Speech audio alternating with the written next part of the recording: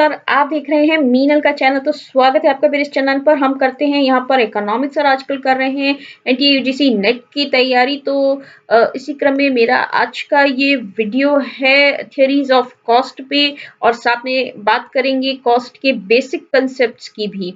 तो सबसे पहले तो कॉस्ट है क्या। फर्म अपने फैक्टर्स ऑफ प्रोडक्शन या नॉन फैक्टर्स ऑफ प्रोडक्शन पर जो कुछ भी खर्च करती है अपने प्रोडक्शन के लिए, वो सारा होते हैं हमारी कॉस्ट। तो कितनी तरह की कॉस्ट होती है, अलग अलग तरीके से, चार तरीके से इसे डिवाइड किया गया है फंक्शंस के बेसिस पे कि कॉस्ट का क्या काम है, उसका क्या फंक्शन है, सेक्रीफाइस के बेस पे, प्रोडक्शन के बेस पे और टाइम के बेस पे। तो सबसे पहले बात करते हैं types of cost on the basis of function. दो तरह की होती है, देखिए, एक तो है हमारी सेलिंग कॉस्ट और एक है ये प्रोडक्शन कॉस्ट। क्या डिफरेंस होता है दोनों में। सेलिंग कॉस्ट वो कॉस्ट होती है जो कि किसी भी कमोडिटी की सेल को इंक्रीज करने के लिए जो भी हम एक्सपेंडिचर करते हैं, और वो एक्सपेंडिचर करने के बाद कमोडिटी की डिमांड पे इफेक्ट आता है, कमोडिटी की डिमांड बढ़ जाती है। फॉर एग्जांपल एडवर्टाइजमेंट पे जो भी हम एक्सपेंसेस करते हैं, तो देखिए एडवर्टाइजिंग का प्रोडक्शन प्रोसेस में कोई डायरेक्ट इन्वॉल्वमेंट नहीं है, कोई उसका रोल नहीं है, लेकिन एडवर्टाइजिंग पे जो हम खर्च करते हैं तो एडवर्टाइजिंग से उस कमोडिटी की डिमांड मार्केट में बनती है, तो उसे हम कहते हैं सेलिंग कॉस्ट। अब प्रोडक्शन कॉस्ट की अगर बात करें तो कोई भी फर्म अपने प्रोडक्शन करने के लिए फैक्टर्स ऑफ प्रोडक्शन पे और नॉन फैक्टर्स ऑफ प्रोडक्शन पे जो कुछ भी खर्च करती है, वो होती है हमारी प्रोडक्शन कॉस्ट। अब फैक्टर्स ऑफ प्रोडक्शन जो कि होते हैं हमारे लैंड, लेबर, कैपिटल, एंटरप्रेन्योर, और नॉन फैक्टर्स ऑफ प्रोडक्शन जैसे कि हमारी होती है ट्रांसपोर्ट कॉस्ट या हमारी रॉ मटेरियल की कॉस्ट। तो ये सारी हमारी प्रोडक्शन कॉस्ट होती है। इससे क्या होता है, जहाँ पे यहाँ पे इससे डिमांड पे इफेक्ट पड़ता है और इससे कमोडिटी की सप्लाई पे इफेक्ट पड़ता है, ये बात ध्यान देने की है।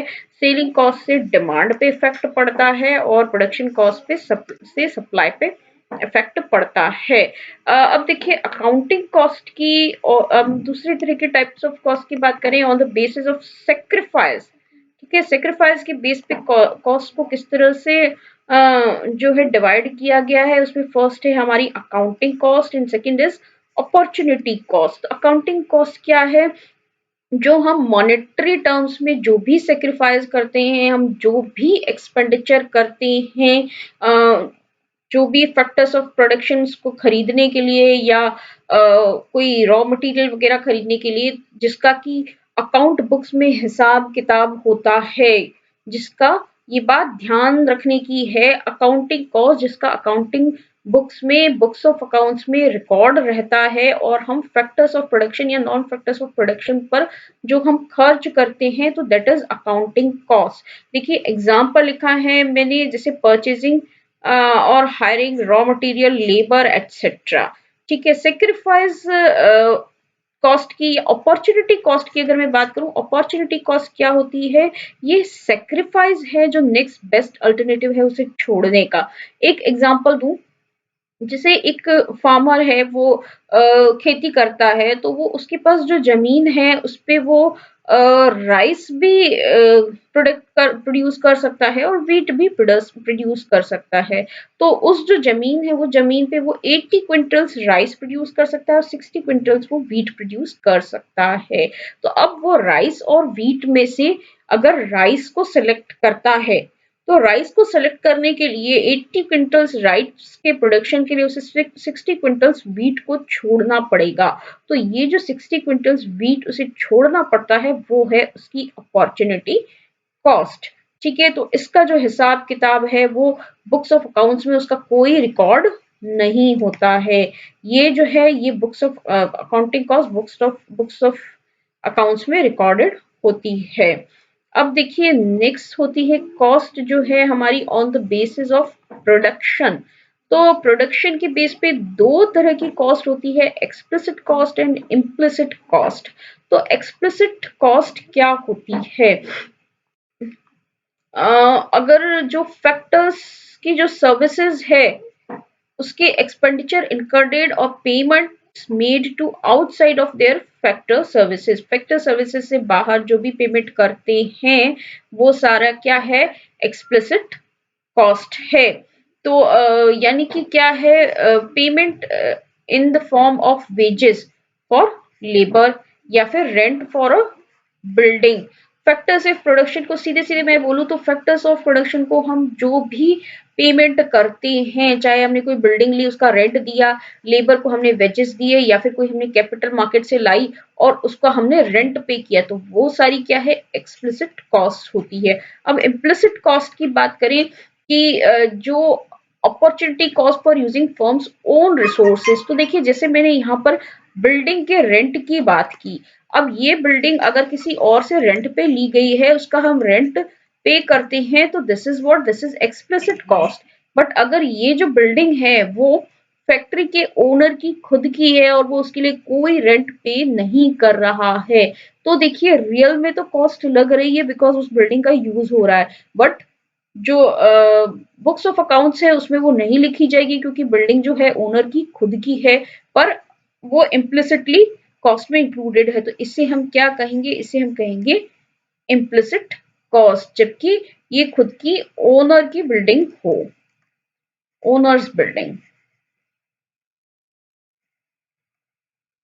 तो ये हो जाएगी इम्प्लिसिट कॉस्ट। तो इसका अकाउंट बुक्स में कोई लेखा जोखा कोई रिकॉर्ड नहीं होता, जबकि इसका बुक्स ऑफ अकाउंट्स में रिकॉर्ड रहता है। एक्सप्लिसिट का रिकॉर्ड रहता है, इम्प्लिसिट का नहीं रहता है। एग्जाम्पल क्या है, imputed value of services of the owner of the firm.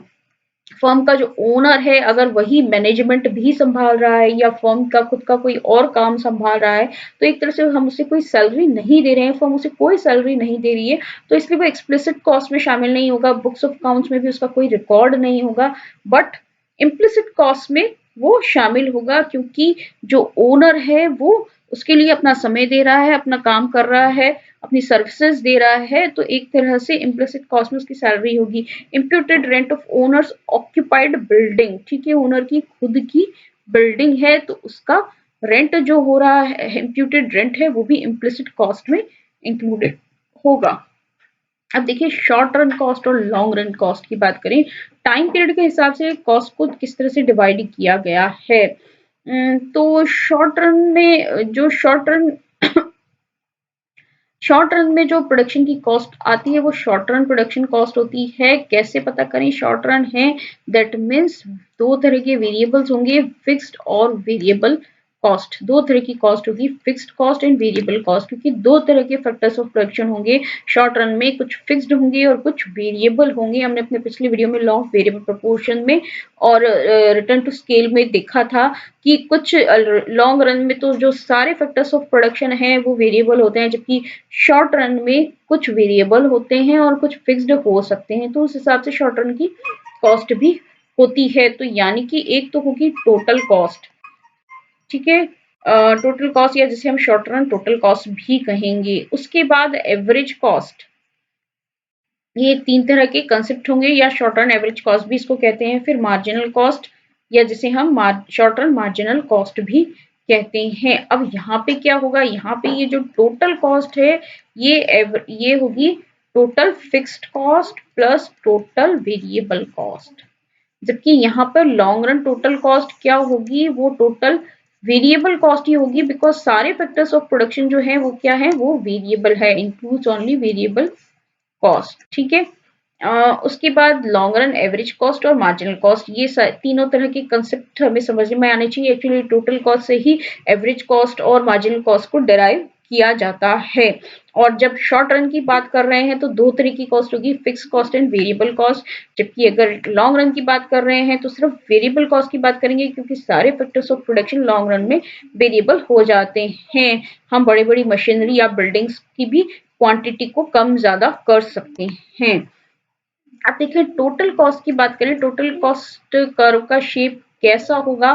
फिलहाल शॉर्ट रन की बात कर रहे हैं और इसीलिए दो तरह की टोटल कॉस्ट है, fixed cost and total variable cost. Total fixed cost वो है जो कि कुछ जो फैक्टर्स ऑफ प्रोडक्शन फिक्स्ड रहते हैं उसकी कॉस्ट है। तो चाहे हम अपना प्रोडक्शन ज़ीरो कर दें, हमें ये कॉस्ट बेयर करनी पड़ेगी।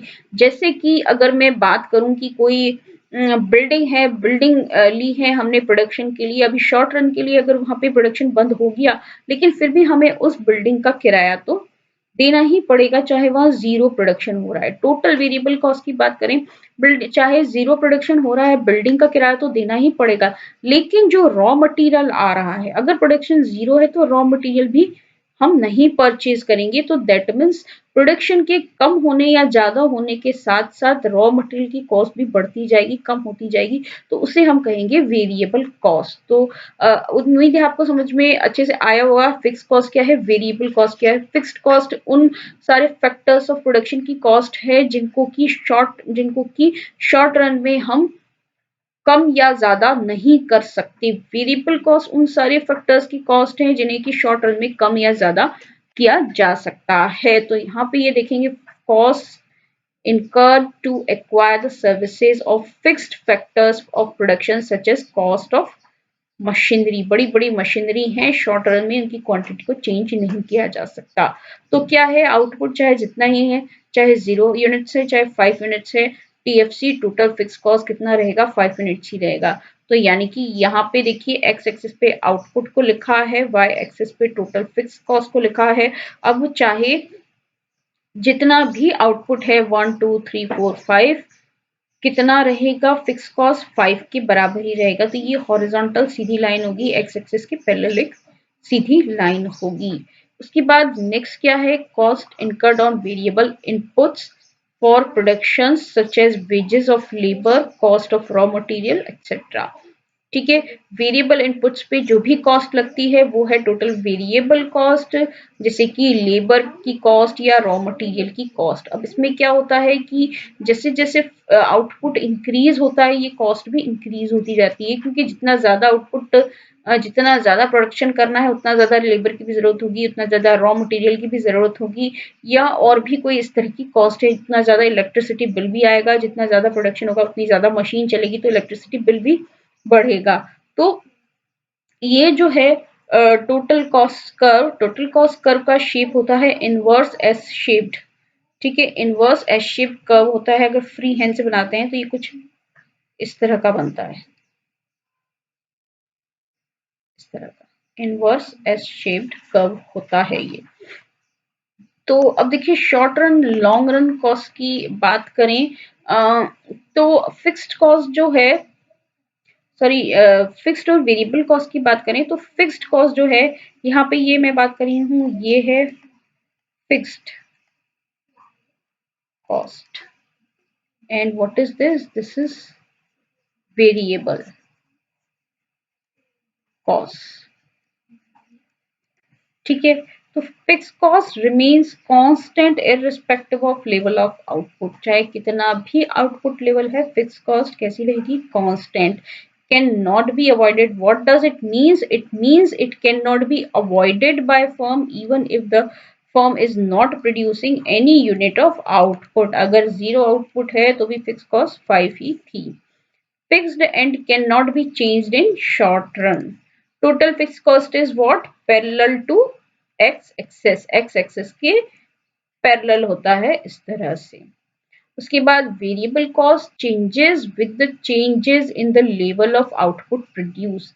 जितना आउटपुट का लेवल है उस हिसाब से चेंज होती रहेगी। Can be avoidable by firm if the firm is not producing any unit of output। अगर प्रोडक्शन नहीं हो रहा है तो ये कॉस्ट बेयर नहीं करनी पड़ेगी। Flexible and can be change in short run. Flexible होती है, शॉर्ट रन में चेंज की जा सकती है, प्रोडक्शन की क्वांटिटी के हिसाब से कम या ज्यादा की जा सकती है। शेप कैसा होता है, इसका शेप होता है इनवर्स एस शेप्ड कर्व होता है, इस तरह से इनवर्स एस शेप्ड कर्व होता है टोटल कॉस्ट का। ओके, टोटल वेरिएबल कॉस्ट का, सॉरी। अब देखें ये जो कॉस्ट कर्व है टोटल वेरिएबल कॉस्ट, इसका जो शेप है वो इनवर्स एस शेप क्यों होता है, why it is inverse S shaped curve, because of law of variable proportion और law of increasing returns and law of diminishing returns. ठीक है, बिल्कुल लॉ ऑफ वेरिएबल प्रोपोर्शंस जो है हमारा अप्लाई होता है, सिर्फ उसी की वजह से ये जो है attributed to law of variable proportion, इसी की वजह से ये इसका शेप इनवर्स एस शेप्ड होता है। Because according to law of variable proportion क्या होता है, पहले पहले increasing returns to labour, we get increasing return to labor or firm get increasing return to labor, that means margin productivity increases। ठीक है, law of variable proportion में हमने पढ़ा है फर्स्ट क्या होता है, मार्जिनल प्रोडक्टिविटी इंक्रीजेस। तो ये जो होता है ये हमारा point of inflection, point of inflection होता है जहां तक वहां तक ये जो मार्जिनल प्रोडक्टिविटी है वो इंक्रीज होती है। ये था हमारा टोटल प्रोडक्शन। ओके, तो marginal productivity increases employs that अगर मार्जिनल प्रोडक्टिविटी इंक्रीज होगी दैट मीन्स लेबर को तो उतना ही वेज पेमेंट कर रहे हैं लेकिन वो ज्यादा प्रोड्यूस कर रहा है। दैट मीन्स क्या हो रहा है, हमारी जो कॉस्ट है वो कॉस्ट हमारी डिक्रीज हो रही है। ठीक है, कॉस्ट डिक्रीज हो रही है दैट मीन्स क्या कह सकते हैं, total variable cost increases eight decreasing rate. Marginal productivity increase हो रही है that means per unit producing the commodity cost decreases, that means total variable cost increases at what, decreasing rate। तो decreasing rate से increase होती है तो इसीलिए यहाँ पे ये देखिए ये इस तरह से decreasing rate से increase होती है। ओके, उसके बाद ये ऐसे ऊपर जाती है तो ये जो यहाँ पे है यहाँ तक, यहाँ से यहाँ तक, यानी कि इसमें देखूं तो मैं ये जो पार्ट है पॉइंट Z तक क्या अप्लाई होता है, increasing return. Increasing return that means TVC increases at decreasing rate. अब उसके आगे क्या होता है, after point Z what happens, after point Z या after point of inflection at TP. ठीक है, यहाँ पे ये इसका जेड पॉइंट और इसका जेड पॉइंट एक ही होगा। फिर मिलते हैं हमको diminishing returns to labour, because इस पॉइंट के बाद ये जो एमपी है ये डिक्रीज होने लग जाती है। ठीक है, ये डिक्रीज होने लग जाती है आफ्टर जेड, तो that means MP decreases. This implies that total variable cost increases at increasing rate. ठीक है, तो यहाँ पे तो देखिए ये डिक्रीज हो रही है टोटल वेरिएबल कॉस्ट, फिर ये इंक्रीज होने लग जाती है एट डिक्रीजिंग रेट। तो ऊपर का शेप इसलिए ऐसा होता है बिकॉज ऑफ डिमिनिशिंग रिटर्न्स। तो इसका क्या मतलब है, टीवीसी इनवर्स एस शेप का क्यों होता है, because of application of law of variable proportions. अब देखिए एवरेज टोटल कॉस्ट के बारे में देखते हैं। एवरेज टोटल कॉस्ट ये डराइव की जाती है टोटल कॉस्ट से ही। क्या होती है ये, it is per unit cost of producing output और as a sum of average fixed cost and average variable cost. दो तरीके हो सकती है, या तो पर यूनिट प्रोडक्शन की जो कॉस्ट होती है उसको हम कहेंगे एवरेज कॉस्ट। ठीक है, जो कि ये यहाँ पे लिखा है average cost equal to total cost upon total production. तो इससे निकल जाएगा पर यूनिट कितना कॉस्ट लग रहा है।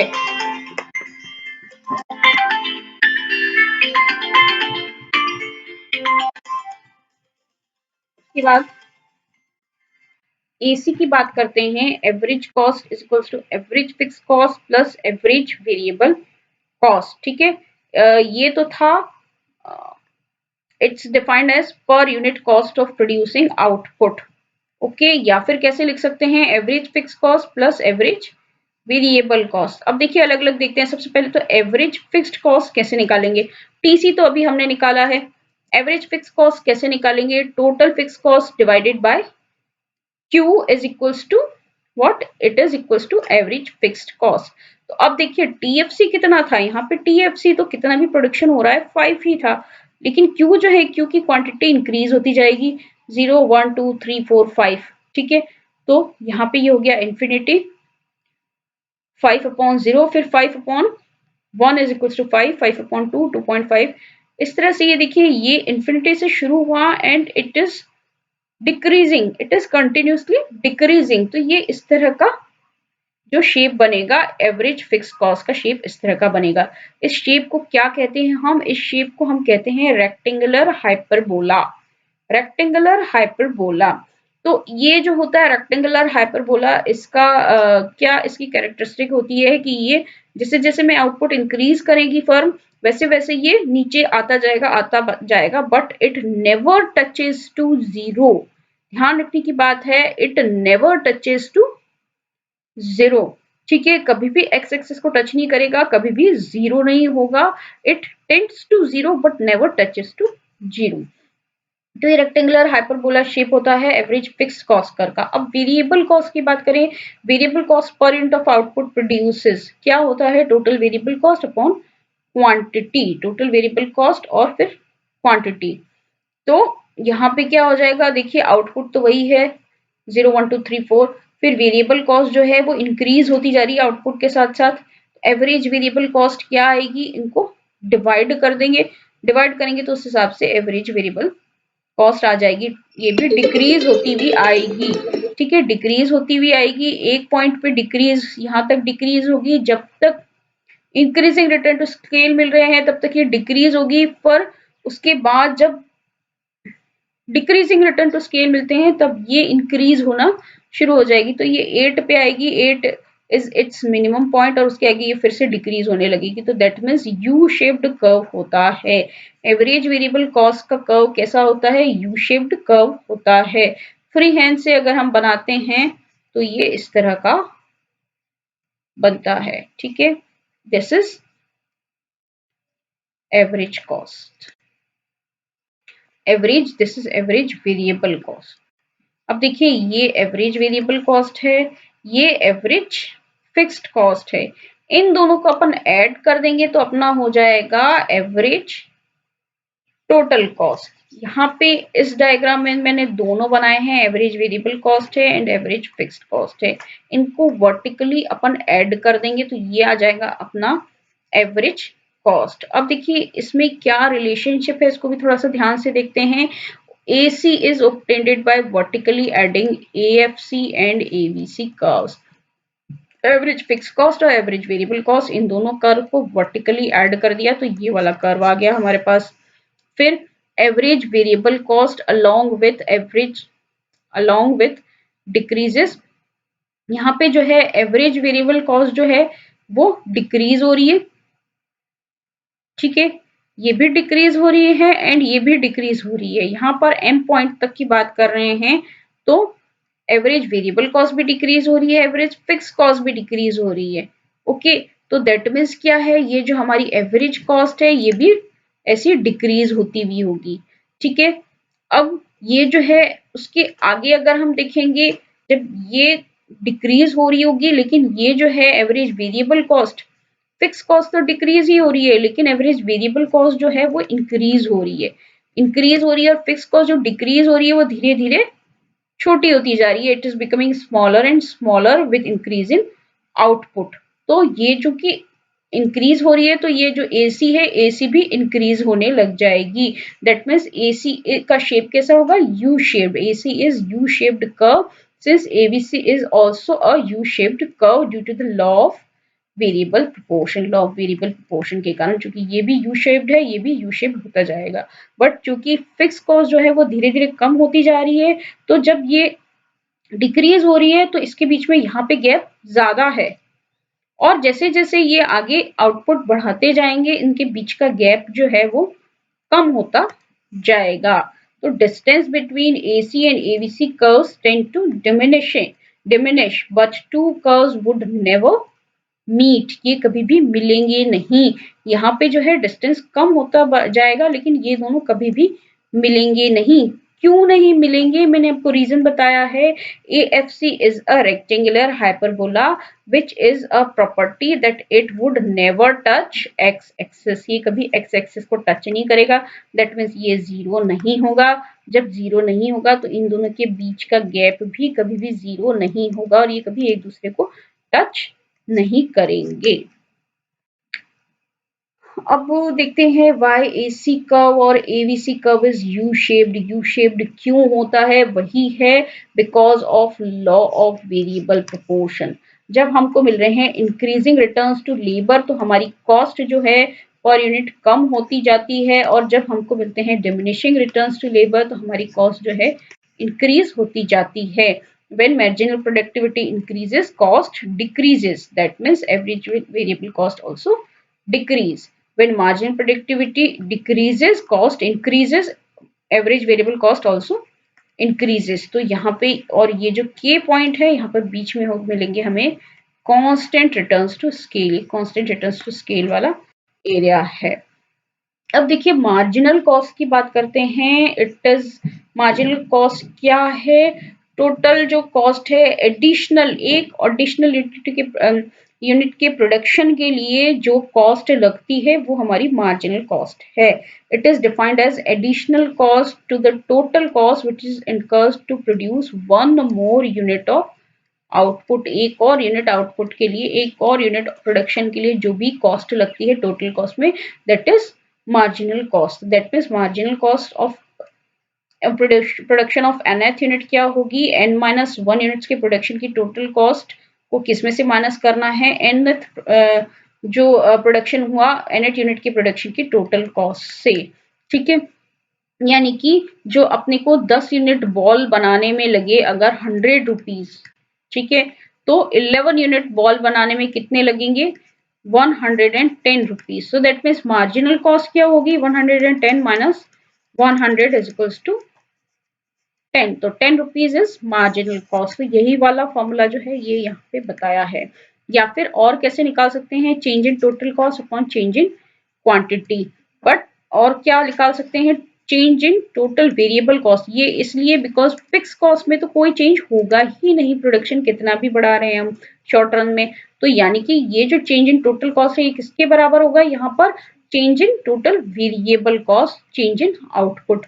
डिफरेंशियल कैलकुलस के टर्म में लिखेंगे तो differentiation of total cost with respect to change in quantity, ये होगी हमारी मार्जिनल कॉस्ट। ठीक है, अब यहाँ पे ये जो फॉर्मूला है change in total cost is equals to change total cost n minus total cost of n minus 1।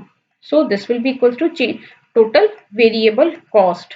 ठीक है, और जो आउटपुट चेंज इन आउटपुट क्या है? चेंज इन आउटपुट होगा Qn माइनस Qn माइनस 1। ये इसको एक्सप्लेन किया है मैंने यहाँ पर कि चेंज इन टोटल कॉस्ट क्या है, चेंज इन क्वांटिटी क्या है और change in total variable cost क्या है।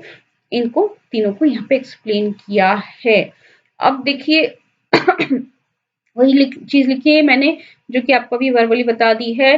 Sum total of MC is total variable cost. This is because in short run one factor remains fixed. So any additional increase in the total cost should be on the cost of employing an additional variable factor. ठीक है, total cost में जो भी change होगा additional variable factor में जो change होता है उसकी जो कॉस्ट होती है वो उसके बराबर होगा। इसलिए ये जो मार्जिनल कॉस्ट का समेशन है वो किसके बराबर होगा? सिर्फ टोटल वेरिएबल कॉस्ट के।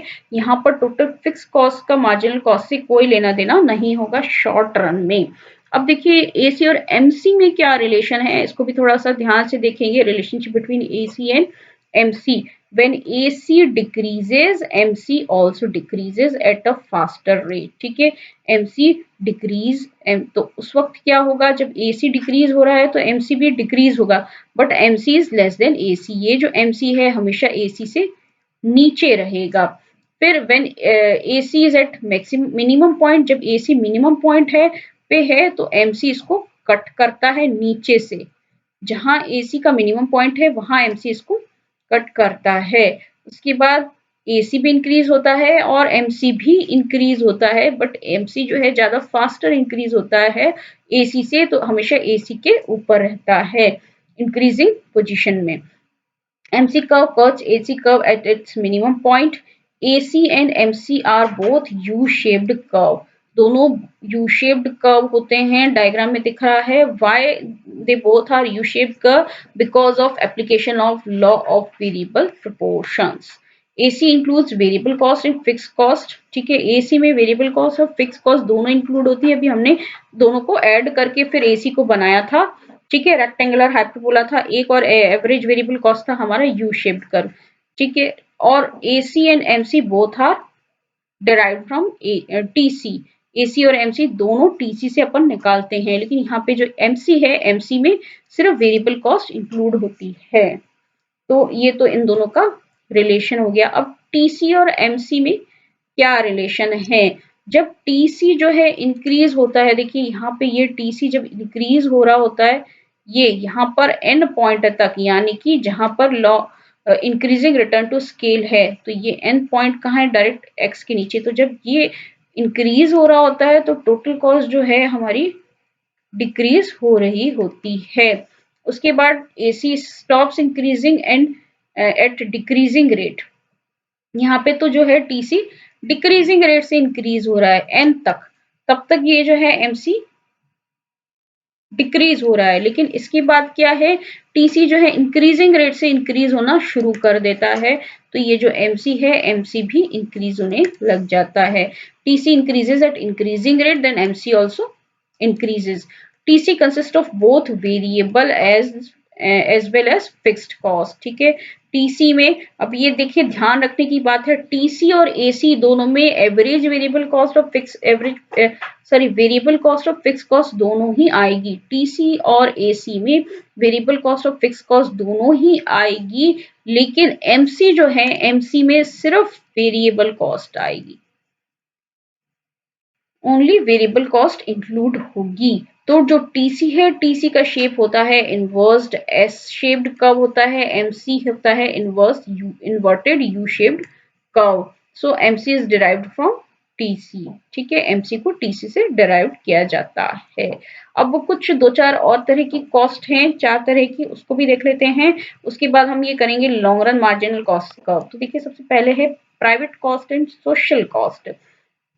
सोशल कॉस्ट की बात करूं, कोई भी प्रोडक्शन प्रोसेस है, उस प्रोडक्शन प्रोसेस के लिए आसपास के लोगों को या सोसाइटी को जो भी कॉस्ट पे करनी पड़ती है, उनको जो भी सेक्रीफाइस करना पड़ता है, वो होती है हमारी सोशल कॉस्ट। फॉर एग्जाम्पल, अगर कहीं फैक्ट्री लगी है तो उस फैक्ट्री से वाटर पोल्यूशन हो सकता है, आसपास के खेतों को नुकसान हो सकता है वाटर पोल्यूशन से, एयर पोल्यूशन हो सकता है, एयर पोल्यूशन से आसपास के रहने वाले लोगों को हेल्थ को नुकसान हो सकता है। तो वो सारी हमारी होती है सोशल कॉस्ट। प्राइवेट कॉस्ट की बात करूं, प्राइवेट कॉस्ट हम जो भी अपने प्रोडक्शन प्रोसेस में जो भी पे करते हैं फैक्टर्स ऑफ प्रोडक्शन को, उसमें इम्प्लिसिट कॉस्ट भी इंक्लूडेड है और एक्सप्लिसिट कॉस्ट भी इंक्लूडेड है। प्राइवेट कॉस्ट में इम्प्लिसिट और एक्सप्लिसिट दोनों ही कॉस्ट इंक्लूडेड हैं। तो जो भी फैक्टर्स ऑफ प्रोडक्शन को पे किया जाता है, वो सारी, और जो भी नॉन फैक्टर्स ऑफ प्रोडक्शन जैसे रॉ मटेरियल वगैरह के लिए पे किया जाता है, वो भी सारा, ये सभी जो है प्राइवेट कॉस्ट में इंक्लूडेड होता है। जैसे कि वेजेस, सैलरी, लेबर को दिया जाता है, या ओनर ऑक्यूपाइड बिल्डिंग का जो रेंट होता है, इम्प्यूटेड रेंट, ये सारी प्राइवेट कॉस्ट होती है। अब देखिए मनी कॉस्ट और रियल कॉस्ट की मैं बात करूं, तो मनी कॉस्ट तो वो है जिसका बुक्स ऑफ अकाउंट्स में पूरा लेखा जोखा होता है, एक्यूरेटली मनी के टर्म्स में उसको एक्सप्रेस किया जा सकता है। जो भी प्रोडक्शन प्रोसेस में जो भी हमारा एग्रीगेट मनी एक्सपेंडिचर होता है, तो that is money cost. For example, हम लेबर को वेजेस देते हैं, या मशीनरी के लिए हम कुछ एक्सपेंडिचर करते हैं, हम बिल्डिंग का रेंट देते हैं, ये सारा मनी कॉस्ट है। रियल कॉस्ट की बात करूं तो रियल कॉस्ट वो है which can not be expressed in monetary terms, और उसको देखा नहीं जा सकता, उसे मतलब बुक्स ऑफ अकाउंट्स में उसका कोई लेखा जोखा नहीं होता। बट हमारा जो भी फैक्टर्स ऑफ प्रोडक्शन का या जो भी ओनर का मेंटल या फिजिकल स्ट्रेस होता है, जो भी सेक्रीफाइस लेबर जो है, जो भी सेक्रीफाइस करता है, अपने आराम का सेक्रीफाइस करता है, बॉडी पेन है, ये सारी चीजें जो है रियल कॉस्ट में इंक्लूडेड होती हैं। अब देखिए ये है हमारा लास्ट लॉन्ग रन जो कॉस्ट कर्व है, उनकी बात करें, लगभग लगभग वैसा ही है जो हमारे शॉर्ट रन के कॉस्ट कर्व थे। चाहे हम ये टोटल कॉस्ट की बात कर लें, या फिर हम टोटल ये एवरेज कॉस्ट या मार्जिनल कॉस्ट की बात कर लें। ठीक है, एवरेज कॉस्ट, मार्जिनल कॉस्ट बिल्कुल वैसा ही शेप का कर्व है, और वही सारे रिलेशन होते हैं। और जो टोटल कॉस्ट है, टोटल कॉस्ट कर्व और जो शॉर्ट रन का और लॉन्ग रन का होता है, इसमें एक डिफरेंस होता है कि जो हमारा शॉर्ट रन का जो टोटल कॉस्ट कर्व है, वो तो हमारा यहाँ ऊपर से कहीं से शुरू होता है। जैसे यहाँ पे ये 5 थी अगर टोटल कॉस्ट, तो ये 5 से फिक्स कॉस्ट 5 थी तो 5 से शुरू होगा। ठीक है, बिकॉज़ ये होता है हमारा टोटल फिक्स्ड कॉस्ट कर्व। फिर ये है टीसी। तो एवरे वेरिएबल जो कॉस्ट कर्व है वो इस तरह का होता है, उसमें ये फिक्स कॉस्ट ऐड कर देते हैं तो ये टोटल कॉस्ट कर्व आ जाता है। 5 से शुरू होता है, लेकिन जब लॉन्ग रन का टोटल कॉस्ट कर्व है तो वो हमेशा 0 से स्टार्ट होगा, बिकॉज़ लॉन्ग रन में फिक्स्ड कॉस्ट का कोई कांसेप्ट नहीं है। सारे जो फैक्टर्स ऑफ प्रोडक्शन है वो वेरिएबल होते हैं, तो फिक्स कॉस्ट नहीं होती है। तो long run total cost curve starts from origin as at zero level of output, firm is not employing any input. अब जो है fix cost consist of only variable cost, no fix cost in long run factors of variable. फिर average cost का क्या है? Average cost क्या होती है? Per unit cost of producing 1 unit of output when all factors are variable. सारे factors variable हैं तो एक यूनिट के लिए, एक यूनिट आउटपुट के लिए जो भी कॉस्ट लगती है। उसके बाद additional cost of additional cost to total cost to produce one more. एक अतिरिक्त इकाई के उत्पादन के लिए टोटल जो उत्पादन है उसमें एक अतिरिक्त इकाई के उत्पादन को और जोड़ने के लिए टोटल कॉस्ट में जितनी कॉस्ट और ऐड करनी पड़ती है तो दैट इज मार्जिनल कॉस्ट। तो ये सारे जो है बेसिक कंसेप्ट थे कॉस्ट के। उम्मीद है आपको समझ में आएंगे। इससे संबंधित कोई भी क्वेश्चन है तो नीचे कमेंट बॉक्स में जरूर लिखिए और देखते रहिए